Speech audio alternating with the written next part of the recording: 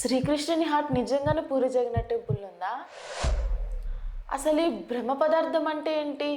బ్రహ్మ పదార్థం పూరి జగన్నాథ్ ఆలయం మదలపంజి ప్రకారం మదలపంజి టెంపుల్ రికార్డ్స్. అందులో ఏముందంటే 400 to 500 ఇయర్స్ బ్యాక్ కాలపాడ్ అనే వ్యక్తి హిందువే కానీ ముస్లింలా కన్వర్ట్ అయిన తర్వాత రాక్షసుడిగా తయారయ్యాడు. వాళ్ళతో కలిసి ప్రతి ఆలయాన్ని ధ్వంసం చేయడానికి చూశారు. పూరి జగన్నాథ్ టెంపుల్ని కూడా. ఇన్ఫ్యాక్ట్ టెంపుల్లోని జగన్నాథుడి వుడెన్ ఐడల్ బయటికి తీసుకొచ్చి గంగా నది ఒడ్డున కాల్చేశారు. బ్రహ్మ పదార్థం కాలిపోయిందా?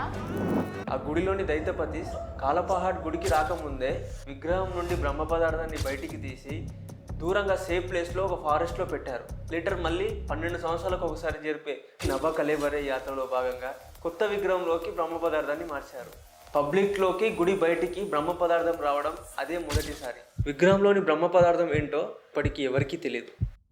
వేదవ్యాస రాసిన స్కంద పురాణంలో సాక్షాత్ పరమశివుడే చెప్తాడు, విష్ణు కలేవరే తస్మిన్ క్షేత్రే శ్రీ పురుషోత్తమే అంతర్వేది మహాపుణ్య విష్ణు హృదయ సన్నిభ తస్యాయ సంరక్షణాయాహం స్థాపితే విష్ణునాష్టద.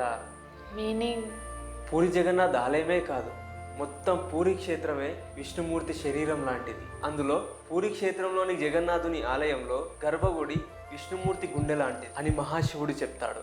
అంటే శ్రీకృష్ణుడి గుండె విగ్రహంలో లేదు, కానీ గర్భగుడే శ్రీకృష్ణుని గుండె లాంటిదన్నమాట. తస్యాయ సంరక్షణాయాహం స్థాపితే విష్ణునాష్టద. పూరి క్షేత్రాన్ని కాపాడడానికి విష్ణుమూర్తి 8 రూపాలలో శివుడిని ప్రతిష్ఠించాడు. శివుడు 8 రూపాల్లో పూరి జగన్నాథుడి చుట్టూ ఉన్నాడా?